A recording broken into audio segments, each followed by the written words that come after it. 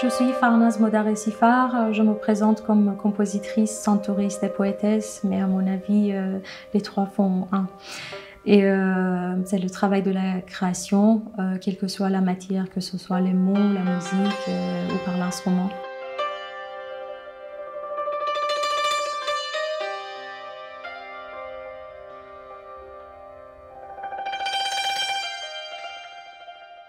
La genèse de ce projet vient de la metteuse en scène d'Alexandra Lacroix. Elle m'a proposé de composer un opéra sur l'Oedipus Rex de Stravinsky, ou une relecture contemporaine à cette histoire que nous connaissons tous. Ce que j'avais imaginé dès le départ, c'est d'avoir 3 tableaux, commençant par l'histoire d'arrachement des yeux. L'Oedipe s'aveugle, s'arrache ses yeux après la mort de Jocaste, et que ce symbolique des yeux est quelque chose de très important et omniprésent dans la littérature et la poésie persane. Et donc je voulais faire un travail de recherche là-dessous pour faire justement un pont entre la fin de l'histoire de l'Oedipe présentée dans l'Oedipus Rex de Stravinsky vers ma création, la création de mon opéra. Et comme je vais également écrire le livret, un autre axe très important pour moi, c'est de m'appuyer aussi sur le complexe d'Oedipe.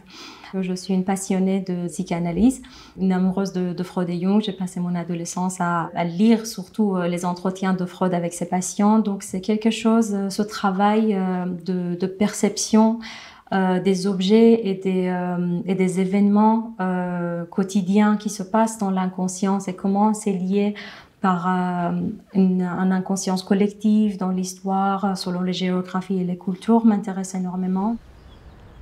Et puis, les personnages rarement évoqués dans les mythologies persanes ou d'autres, les personnages féminins, ici par exemple Antigone, qui n'est pas parmi des personnages principaux de l'histoire d'Oedipe, ou Jocaste, qui est quand même, qui a tout le malheur de l'histoire sur ses épaules, et enfin avec sa mort.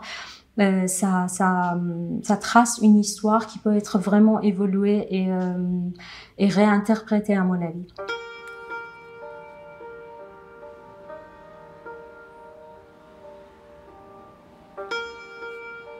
شاعر آینه ها, ça veut dire le poète des miroirs. نفس آشفته می دارد چو گل جمعیت ما را، پریشان می نویسد کلک موج احوال دریا را. در این وادی که می باید گذشت از هر چه پیش آید، خوش آن رهرو که در دامان دی پیچید فردا را.